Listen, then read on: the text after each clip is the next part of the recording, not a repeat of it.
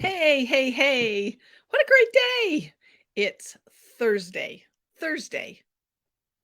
And it is 5 o'clock. 5 o'clock on a Thursday. There needs to be a song about that for sure. Um, I always itch as soon as I get online so that I have to scratch everywhere. Not a good thing. Not a good thing at all. How is everybody doing today? Are you there? Are you happy? I know you're just busy, aren't you? Yep. It is such a busy time of year, and we thought as soon as school gets out, it's gonna quiet down, it's gonna be nice. It's not. It is summer. Summer is crazy. Hi, Teresa. Am I alone in the house? I'm always alone in the house when I do this. I shut the door and I lock it. Anybody dares come in, they're in trouble. Actually, I am alone in the house. Larry is out of town working today, but he'll be back probably within the hour. And then we've got a ball game to go tonight. We got lots, it's summertime. There is a song, but I'm not going to sing it. I love it. Hello, Annette. I love the fact that it is warmer. We had a hard freeze yesterday, I believe. I didn't go outside and fill it, but they said it was cold. And it was cold. I had to turn my heat on yesterday morning. I haven't had my heat on in the night last night. Thanks, Teresa. Hi, Larry, when he gets here. Yep, he'll be here. But I have my AC on right now. I mean, we just go up and down and up and down. But if I don't turn the AC on when I'm in here, I become Rudolph all over my face. I am all red. It gets so hot. Hey, Angela and Annette. Boy, we have quite a few of you here today. This is going to be fun. I have to tell you, I don't know what you guys did this weekend. I mean, you kind of saw what I did. I had all my grandkids here and we did fun stuff. They made the fabric bowls and they were so intent on them. The girls and Ethan. Seth wasn't so much. He didn't seem to care so much, but the girls really cared. And they were meticulously picking their fabrics and they were putting them on so carefully. And one of the girls, when she was taking it off the mug that she created it on to take it home, it popped. Well, it wasn't dry yet, so it all sunk in, and we had to quickly get that balloon out and try to give it some shape back. And I think it worked out okay. But that happened on several of them because they glued them to the mugs. When I did mine, I did not glue mine to the mugs. I didn't realize that was a problem, so I didn't do it. Anyway, I'm still trying to pull you up over here. It's not going to come. That's okay. But that's what we did this weekend. But we went to a ball game that night. My grandson is playing baseball, and it's so fun to go watch. He's only 14. This is his first year. He's never played baseball before. So it's new to him, but he's doing really well. And it's exciting and fun to watch because there's so much that happens. They hit it, they strike, they catch. I mean, there's a lot of stuff that goes on. Well, anyway, we got home from the ball game. And of course, Larry had built this wonderful, nice chicken run outside of our coop so the chickens could get outside. Actually, let me back that up. The week before, he built the chicken run. But, and the fence came up, to my waist, thinking that's enough for the chickens. If you've got chickens, you know that wasn't enough, right? So I was a little worried about it. I says, we need to put a lid on this, especially around here. We have something called the avian flu going around in birds. And I guess wild ducks are carrying it and wild turkey. I can't remember the name.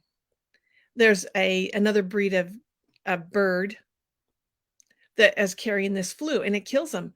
In fact, there were two big egg production companies here in the valley that had to euthanize all of their chickens because they got the avian flu. Well, you can't eat them and you can't eat the eggs. So everything is gone. So they have to start from scratch. So it's going to be another year before we have egg production going on around here. So of course, there were no eggs in the stores. And what eggs were there, prices were sky high.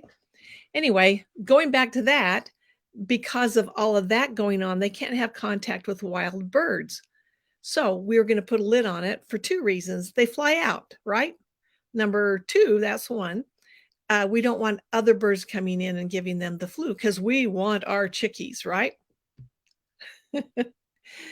uh, anyway, so he didn't have the lid on the first day because we thought, oh, you know what? They need to get outside. We got to start this going. And of course, they all came out and they were happy. But I was standing there watching them. I was out on my side of the fence. They were on their side of the fence. And one of those chickens flew right up into my lap. I was standing there. So I grabbed this chicken. I held on to it and thought, okay, this is over. So I put her in the coop and I went around inside the chicken run to put the other ones in the hole that we had created, the little doorway. Well, they wouldn't go in. And when we would get them in, they would pop their heads back out. So Larry ran to get a board to cover up the hole, but the board was a little short, so we had to raise it up. So there was this much poking through at the top of the board while he went to get some screws so he could screw it on. And those little chickens were poking their head out the top of the hole. They wanted to get out so bad. So you know they love the freedom. So this last Saturday, somebody didn't shut the gate very well where we go into the chicken run. And when we came home from the game, all 11 chickens were outside of the fence. Outside. But they were kind of hovering because they knew they were supposed to be on the inside, but they couldn't get to it.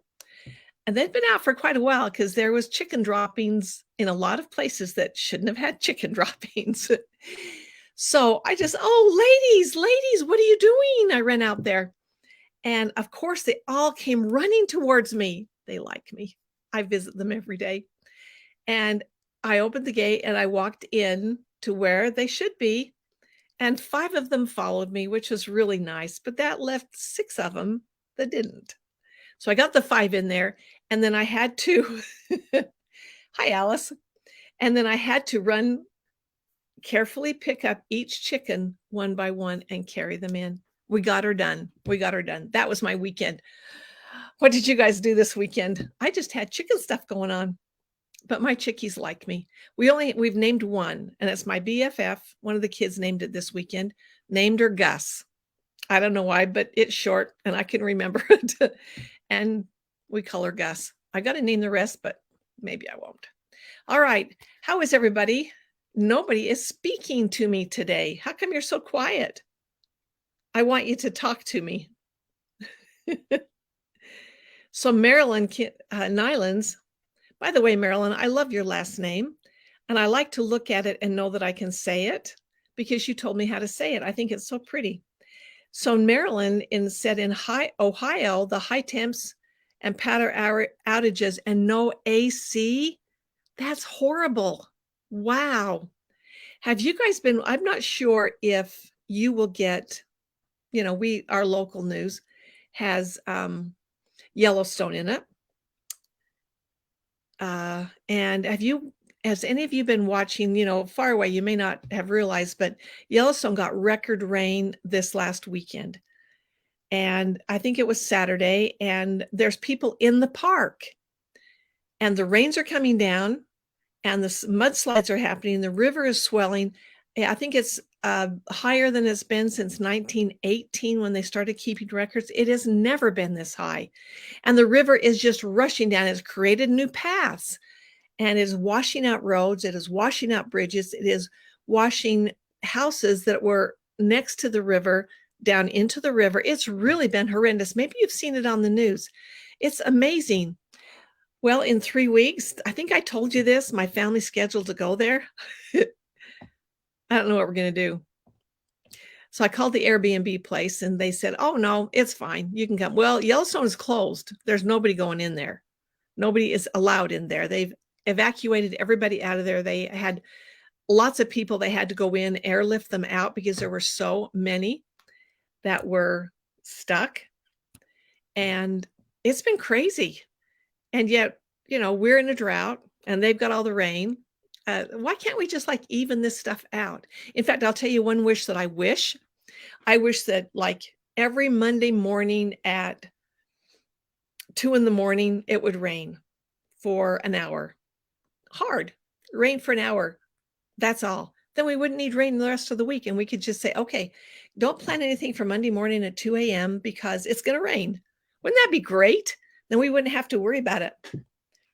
Alice said they may be shut down for months. They said the north end will be shut down for the rest of the season. The south end, they might open up, but they have to. People are waiting in line. People have come here to go to Yellowstone, and it's a lifetime vacation for them. They've been saving for a long time, and they'll probably never come back, and they can't get in, which is so sad. So they had people that were taking pictures of the sign that says, "Thank you for visiting Yellowstone," so they could stand by it and say, "Yeah, we came. We couldn't go in." And it's really kind of sad. I feel bad for them. Teresa, are all my kids going? There are 15 of us going out of 35. That's not bad. No, not everybody can go. We have some that are going to be somewhere else and some somewhere else. Not everybody can go. But 15, I call that almost a full house. And yeah, Alice said it's the rain and the snow melting causing the flooding. It is really sad. And there's one city in Montana that is completely cut off from the rest. They can't get people in. They can't get people out. The bridges are completely washed out. They don't have medical help in there. I mean, it is sad. Hi, Carol and Jeanette. We have more people joining us. I love it. I'm reading your comments down here. They don't show up over here sometimes if you don't give StreamYard permission to use your name. Teresa said, go anyway and make Airbnb more. We might. I don't know. We're going to stay in Island Park. We'll see how that works. I don't know. I'd really like to go into Yellowstone if I'm going to spend that much money. I want to. Hi, Karen. Boy, it's so good to see everybody here today. Okay, and I realized I don't take deep enough breaths half the time. Do you guys take deep breaths? So I've been forcing myself, take a deep breath and blow it all out. Okay, everybody, right here with me. Did anybody do that with me? Nobody did you? Nobody did. All right, I'll tell you what. Nobody has told me what you did this last weekend. I know it was clear last weekend. This is Thursday, but what did you do? Oh, Teresa, you did it with me? Thank you. I try to do that at least. Annette, thank you. Once an hour. And if I'm driving, I will do it a lot more. So if I pass out, not a good thing. If I get lightheaded and pass out, that is not good. Thank you, Karen. I hope everybody feels better now. I tell you, I feel pretty darn good. And you know what makes me feel so good is that I know I get to sit here and talk with you. And we've had a lot of classes this week. This has been a really busy week. And I have loved every minute of it. I just love hanging out with you guys. I'm here in the house alone. I love it. I totally love it. Now, let's talk about tomorrow. Tomorrow is another big day. Normally, there's nothing tomorrow. But I have rescheduled the Serger class that we're going to have Tuesday for tomorrow. So it'll be 2:00 Mountain Daylight Time tomorrow. And we're going to make the apron, the men's dress shirt apron. And really, oh, Annette said she babysat her 15-month-old grandson. How sweet. And Teresa said she worked on the headstones with her parent. Oh, you worked on your parents' headstones. Oh, I'll bet. I've been outside weed eating, and we have a lot of weeds to catch up on after the rains we've had. And my shoulders hurt so bad when I went to bed last night. I thought, oh, I can't move. And then I got up early this morning and did it again. And I think I'm going to have to do it every morning for the next all summer long. We have so many weeds. We have a big yard, darn it, and a field we have to take care of. Oh, where was I? Oh, tomorrow. Boy, went right out. All right, so we're doing the men's dress shirt apron tomorrow. Now, if you're in that class, the bigger the dress shirt, the better. I think I bought the largest I could find, long sleeve, in the thrift store is where I got mine. And it's not going to be a memory apron for me because I don't know whose it belonged to. It's just going to be the shirt from the thrift store. Anyway, That's what we're going to be doing tomorrow afternoon at 2 o'clock Mountain Daylight Time. All right. Now, also, Monday is the 20th, but we're going to move that project. So our project on the 10s is going to be tomorrow at 10 o'clock. I don't want to confuse everybody, but I've moved all the classes for next week into tomorrow or the following week. So tomorrow morning at 10 o'clock is project on the 10s. Okay. And at 2 o'clock is the Serger Salad men's dress shirt apron. Now that means that on the 28th, I believe, is the Ruched table runner, and that will stay the same. That one's not going to change. The only ones that are changing is the men's dress apron, men's shirt apron, men's dress shirt apron. Okay. All right. We got that? Anybody have any questions on it? Hi, Tammy. We're glad you're here. I have something really funny to share today. I forgot. I'm going to start writing these things down. I totally forget. I will write them down. In fact, I have some new ideas that I'm going to be throwing at you in a couple of weeks. I can't wait. And I've got some new equipment coming, which means new classes are going to be starting up. And I'm really excited for that because I've been waiting for it. The equipment just barely came. So they're testing it right now to make sure it's going to do everything we want it to do, and it's not going to be hard. So it is here. All right. What I want to talk about today is doing applique, easy applique.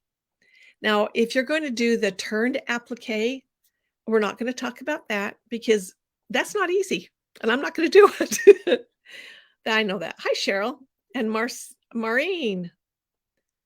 Your names pop up here, and I just have to say it. I get so excited because you're here. And if you have friends, somebody asked me if I would, and Cheryl, thank you for coming.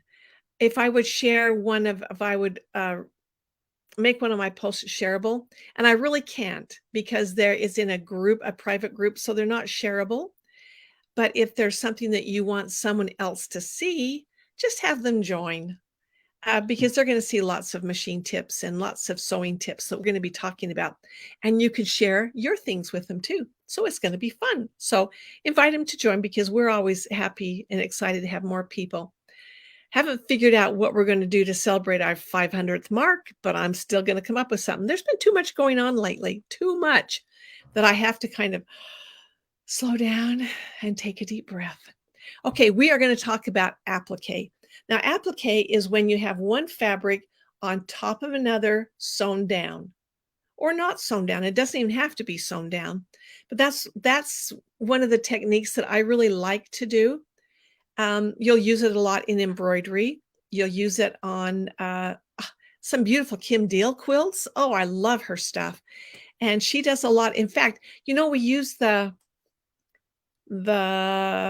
bias tape maker, to make those strips that one time. When you're doing a Kim Deal and she has 1/4-inch vines, did you know that you could use that bias tape maker with bias strips and make that turned under and everything with your bias tape maker? Maybe we'll have to do that so that you can kind of see how that works, because that is amazing. I'll do that. We'll do that on the next buddy chat. But today we're going to talk about using heat and bond to apply an applique. I love raw edge applique because I kind of like those little edges that poke out a little bit. And I like to do my doodle applique on top of that. And that makes it so everything is solid down. And when the raw edges come up, it just kind of gives it that nice little feel. I like the look of it. I like the raw edge applique. All right, but I have done this myself. So don't even think, oh, I did that wrong. Okay. Even when I've been preparing a project for a class, I've still done it wrong. So you have to keep saying to yourself, now do it right, do it right. So let me talk to you about doing it right. I'm going to turn you right over here. I'm going to go down, down, down. I should have another color underneath me. Let me get another color so you can see a little better. Okay, here I have my heat and bond, and I buy it in the roll. You can also buy it in sheets, I believe, and just different ways, but I buy mine in the roll. And oftentimes in the fabric store, you'll buy it off the roll. I usually buy mine by the roll because I use so much of it. So this is the paper side. You have a paper side and you have a bumpy side. The bumpy side is the glue. All right. So, and you can't really write on that. If you do, it doesn't show up. Here's my pencil. It's not going anywhere. But here is the paper side. And what I like to do is put my light table underneath, and the drawing that I want to create is underneath. And then I will trace on the paper side my design. And you can see on the paper side, you can write nicely. It writes. So I have me a leaf right here. I think that looks like a leaf. There's my leaf. And then when you cut it out, you are going to cut out just a rough cut. So you have about a 1/4 inch all the way around. Any questions? If you have questions as we go along, let me know because I can surely answer them for you. So you want a rough cut. So whenever you do a heat and bond transfer, I should also mention that when you want to put a design down, you want to reverse the pattern so that when you apply it, because it should be like this. So when you apply it down, it'll be right side up. Sometimes it's not going to matter. A leaf is not going to matter unless it has a certain direction it has to go. If you have a flower that just has loops like this, that's not going to matter. But if you have something that really matters what direction it has to go, make sure you transfer the paper to the reverse side. Okay, so when you trace it on, you retrace it reverse. Some patterns, when you receive them, they'll already be reversed, but usually they'll say, or you'll be able to tell from the picture to the diagram. Okay, so right here, this would be a reverse pattern. I have trimmed a 1/4 inch all the way around, and I'm going to take you clear over here because I want you to see what I'm going to do next. So here I am at my little ironing station. Now I always pick my favorite fabrics to do these demos with because I don't want to waste my really favorite fabrics. Here is the thing that if you're going to screw up, this is going to be it. You're going to take your beautiful little heat and bond. You're going to iron it to the back side, the wrong side of your fabric. And then don't go like this. Just put your iron down and let it melt the glue. And then if you have to move it to another place, if it's a large applique, then you'll move it around. But don't go like this, okay? All right, going to let that cool for a minute. All right, so if I've done my work right, then I'm going to have this on there correctly. And that's on there pretty good. And oftentimes with an applique, if I don't get a corner down, it's going to be obvious. But sometimes it's really not going to matter a whole lot because you're going to be attaching that again in a minute. So if you have just a little bit that is not totally glued down to your fabric, you can iron it again, or when you do this part, it'll come together. Okay, now I'm going to cut right on the lines. Now I know I'm using my better scissors, not my big girl scissors, but my better ones. But I am cutting fabric and I want it to be a nice cut. And the thing about using heat and bond, if you wanted to do an applique without the heat and bond, you certainly can. Hi, Tara. Glad to have you. If you want to, you don't have to use the heat and bond. But what it does is it holds it right in place. It is not going to move. If you don't have any heat and bond, if you decide you want to maybe use a glue stick, the only problem you're going to come up against is you see how nice and straight and even my edges are. If I were using a glue stick, I would probably be pulling these edges so they're more frayed. If you don't want that frayed look, then use the heat and bond. Okay, here's my leaf. My heat and bond is on. How do I get that heat and bond off of my fabric so that I can iron it to my project? Here's what you do. You fold an edge over to the paper like that. When you fold it over to the paper, notice how the paper stays folded, but the fabric pokes up. You can peel it off right like that. And there you go. And then I can take this right to my project, put it down wherever I want it to be, and press it again. Not move it around, but just press it and hold it. If you're doing a project with a lot of different layers that will be on top of each other, you can put all of the layers down at once before you press it. And that makes sure that you're getting everything in the right spot. So if you wanted to make your leaves and your stems and your flowers so they're in the right position, just put them all down and press them all down at once. Does that make any sense? Do you have any questions on that? You guys aren't even talking today. What is the deal? Somebody talk to me, please, please. I'm doing a monologue here. Oh, we have Claudia that's joined us. Thank you. Glad you're here. All right. So now this is ready to go to the machine, and I'm going to do my fun doodle applique. I just got a request today for some doodle applique projects, and I am trying to pick out the right fabrics, and that is tough for me to do. I need a lesson on picking fabrics. Oh, Alice says she needs a lesson on using the thing to turn long tubes. Yes, I love that. I've got my ways. I do it on a serger. I can do it on a sewing machine. I can do it with several different tools. So maybe we'll do that. Okay, let me put that on the list. Should we talk about that on one of our buddy chats, how to turn a tube? So all the different ways to turn a tube. Okay, I'm going to write that down.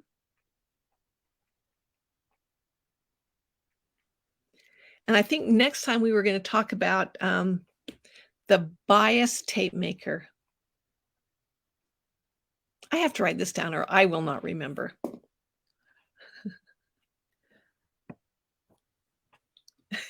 Somebody said they got 1 million texts. Well, thank you, Tara. I'm glad you're here, Tara. I've missed you. Tara just lives up the street from me. A long time ago, 10 years ago, Tara, unless she's left me already, we had a little group called the Breakfast Club, and we would meet once a month, and each of us would take a turn finding some little craft or something to do. It was sewing, it was creating, it was something that we were making, and it was so fun. It was so fun. And then I started working, and somebody else started working, and Tara already had a job, so it was a little more difficult for us to get together. And so we stopped, and I really miss that. All right, Alice said that, hi to Heidi. I want to say hi to you before I move on. She's trying to turn 10 and 27-inch long ones, and it's driving you crazy. Have you tried the hemostats? Because you can squish all that fabric down that hemostat. Because that might be what I'd use. If you already got the tube made, I might at this point do a hemostat. But I think that would... Hi, Terry, you're still there. I'm so glad. Come on over. Do this with me one day. Do you know what I think? I think that would be a really good thing to address, how to turn tubes. Because like I say, that you can do it on a sewing machine, you can do it on a serger.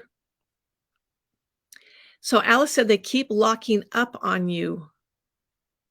They keep locking up on you. Do you push them clear through to the other side and grab it and then click them shut and then pull? 27 inches, that's really not that bad, Alice. I think you could definitely do that on a hemostat. Depends on how wide although you said they are. You didn't tell me how wide they are. How wide are they when you've got them all sewn together? Hi, Barbara.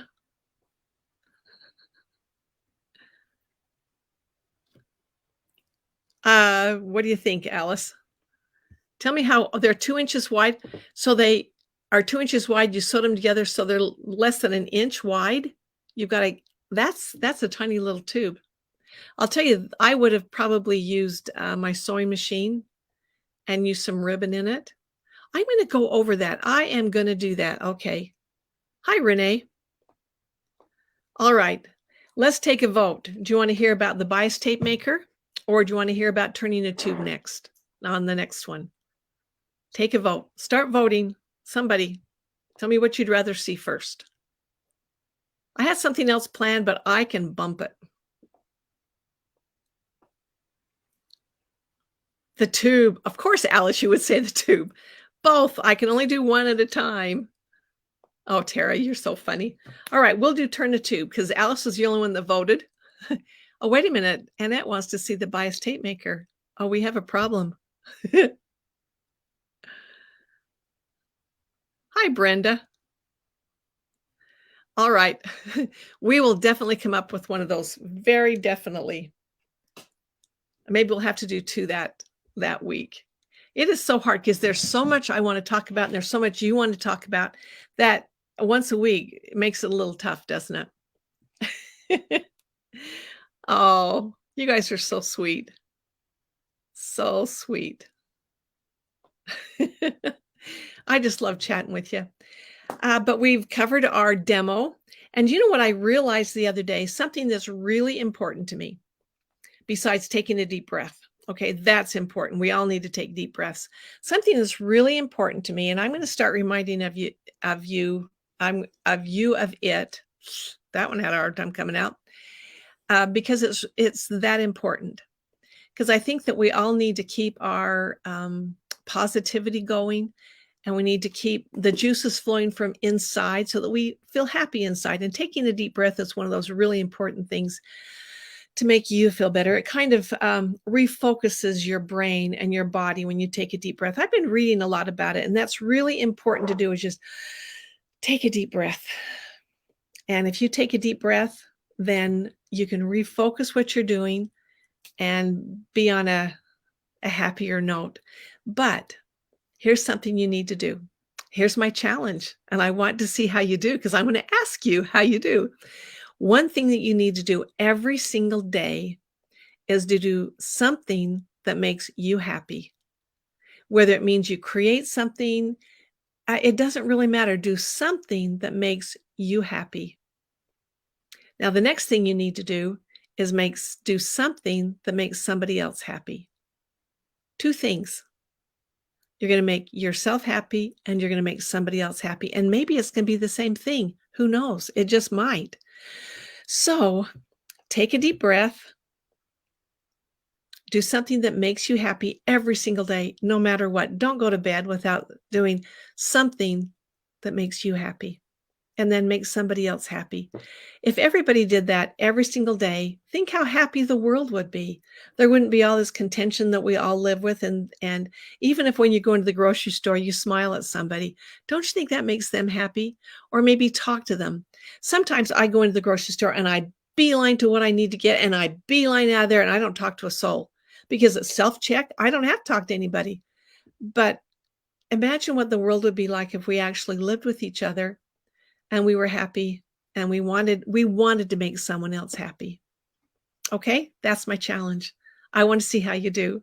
So, in fact, I'm going to post it later on, and I want you to start listing in there that either you did it or you didn't do it, or tell me what you did. And I just want everybody to feel good about life, about being here, and about sharing this time together. I love being here with you guys. Thank you so much. And unless you have questions or comments, I'm going to say goodnight. Actually, I'm off to another ball game. Perry has his last ball game tonight. And so I'm going to miss it. I have to start going to T-ball, and that's not as much fun as baseball. All right, everybody. Thank you so much for joining me. And I will see you guys tomorrow. We have Project on the 10s at 10 o'clock. We're going to have fun. And we got the Surger Salad class at 2 o'clock. And those are Mountain Daylight Time. Yep. Alice, I'll see you in the morning. Thank you so much. But not 9 o'clock, 10 o'clock, right? That's much better. Thanks, everybody, for joining me. I'll see you tomorrow. Bye-bye.